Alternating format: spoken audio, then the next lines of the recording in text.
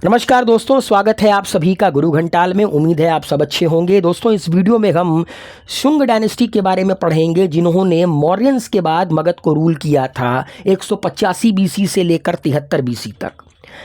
कहते हैं कि अशोका के डेथ के बाद, after the death of Ashoka, the Mauryan empire speedily disintegrated as his successor were not able to keep the vast empire from fracturing away.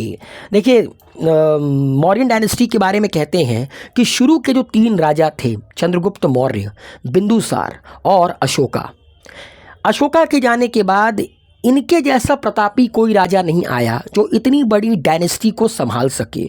और इतिहास गवाह है कि जब जब कुर्सी पर काबिल लोग नहीं बैठते हैं, तब तब डायनेस्टियाँ डिस्ट्रॉय होती हैं, क्योंकि अंदर से विद्रोह उठ जाता है।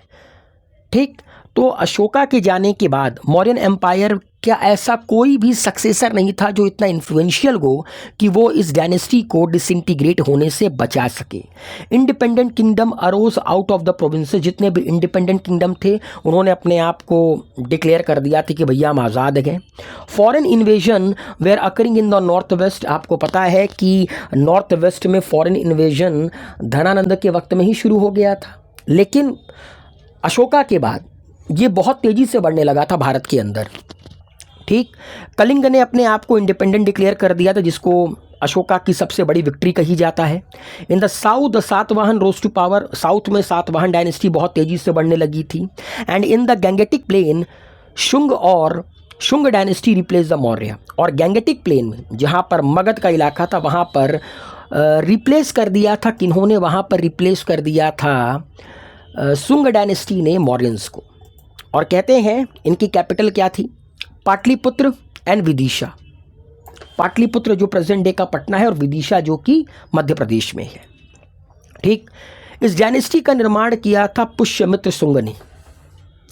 आखिरी मौर्यन राजा बृहद्रथ की हत्या करने के बाद पुष्यमित्र शुंग ने शुंग डायनेस्टी की स्थापना की थी मगध के ऊपर। They ruled over the north western and the central India and up to the Narmada in the south. इसने नॉर्थ वेस्टर्न से लेकर सेंट्रल इंडिया तक, मतलब जो प्रेजेंट डे का मध्य प्रदेश है, जो कि सेंट्रल इंडिया में काउंट होता है, इसने नॉर्थ वेस्टर्न से लेकर सेंट्रल इंडिया और नर्मदा के साउथ, मतलब कह सकते हैं कि नर्मदा तक इसने रूल किया था अपने कार्यकाल के दौरान, क्योंकि इसकी डायनेस्टी के साउथ में नर्मदा थी। इसके अलावा they protected the Gangetic valley from the incursions from the outside forces. और इसने गैंगेटिक वैली को बाहर से जो लोग आक्रमण करना चाहते थे, उससे इसने गैंगेटिक प्लेन को बचा के रखा था, इस गैंगेटिक वैली को बचा के रखा था। पुष्यमित्र शुंग, जिसने 185 से लेकर 149 बीसी तक रूल किया था। ठीक, शुरुआत में मैंने थोड़ा सा इसका इंट्रोडक्शन आपको दे दिया था। कहते हैं कि जैसा कि आप लोगों ने पढ़ा कि अशोका के जाने के बाद, अशोका की मृत्यु के बाद, कलिंग ने अपने आप को इंडिपेंडेंट डिक्लेयर कर दिया था। पुष्यमित्र शुंग ने कलिंग के ऊपर हमला किया था। इसने एक कैंपेनिंग चलाई थी कलिंग के खिलाफ, कलिंग के राजा खारवेल के खिलाफ। खारवेल जो कि वन ऑफ द इन्फ्लुएंशियल, क्या कह सकते हैं, सबसे बड़े राजाओं में से एक था कलिंग के। He successfully countered attack from the 2 Greek kings, namely Menander and Demetrius। अभी आप लोगों ने पढ़ा कि गैंगेटिक वैली को इसने बाहर से होने वाले आक्रमणों से बचा कर रखा। तो इसने सक्सेसफुली 2 अटैक को काउंटर किया था, जो कि ग्रीक राजाओं ने हमला किया था, जिनके नाम थे मिनांडर एंड डेमेट्रियस। इसके अलावा इसने 2 बार अश्वमेध यज्ञ किया था, और इन दोनों बारों का जो जिक्र है वो आपको धनदेव के अयोध्या इंस्क्रिप्शन में देखने को मिलेगा कि इसने, मतलब पुष्यमित्र शुंग ने 2 बार अश्वमेध यज्ञ किया था। कट्टर हिंदू थे, लेकिन इन्होंने बुद्धिज़्म को भी काफ़ी ज़्यादा सपोर्ट किया था। इसके कार्यकाल के दौरान सांची के स्तूप और भरूच के स्तूप, इन दोनों स्तूप को क्या किया गया था? रिनोवेट किया गया था। ठीक, भरूच का स्तूप जो कि आपको मध्य प्रदेश में मिलेगा, सांची का स्तूप भी मध्य प्रदेश में मिलेगा।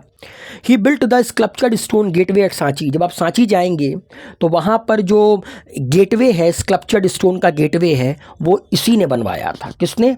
पुष्यमित्र शुंग ने बनवाया था। देन देयर आफ्टर कहते हैं कि ये पतंजलि के कंटेम्प्रेरी थे। पतंजलि जिनको महाभाष्य का ऑथर कहा जाता है, जिनको जो ना जनक कहा जाता है योगा का, वो इनके कंटेम्प्रेरी थे। पुष्यमित्र शुंग के बाद जो अगले राजा आए उनका नाम था अग्निमित्र। इनके बारे में आप लोग को बहुत ज़्यादा नहीं पढ़ना है। 149 से लेकर 141 BC मतलब मात्र 8 साल इन्होंने रूल किया। और कहते हैं कि मालविका अग्निमित्रम, एक संस्कृत ड्रामा जिसको लिखा था कालिदास ने, वो इन्हीं के ऊपर था। मतलब A Sanskrit drama written by Kalidas is related to him and is based on the love between Vidarbha princess Malvika and the Shunga king Agnimitra। मतलब इस कहानी में, इस लव स्टोरी में विदर्भ की रानी, ये कह सकते हैं विदर्भ की राजकुमारी मालविका थी और शुंग डायनेस्टी के राजकुमार अग्निमित्र थे। मालविका अग्निमित्रम, तो मालविका और अग्निमित्र को जोड़ देंगे तो मालविका अग्निमित्रम है। और इस डायनेस्टी का जो आखिरी राजा था उसका नाम था देवभूति, जिसको उसी के मिनिस्टर वासुदेव कण्व ने मार दिया था और कण्व डायनेस्टी की स्थापना की थी शुंग डायनेस्टी के बाद मगध के ऊपर।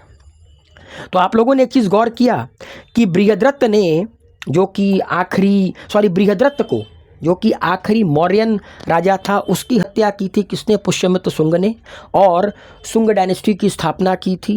और शुंग डायनेस्टी के आखिरी राजा देवभूति की हत्या कर दी थी उसी के मिनिस्टर वासुदेव कण्व ने, और शुंग डायनेस्टी को निपटाकर कर्म डायनेस्टी की स्थापना की थी। कर्मा आप कह सकते हैं एक तरह से।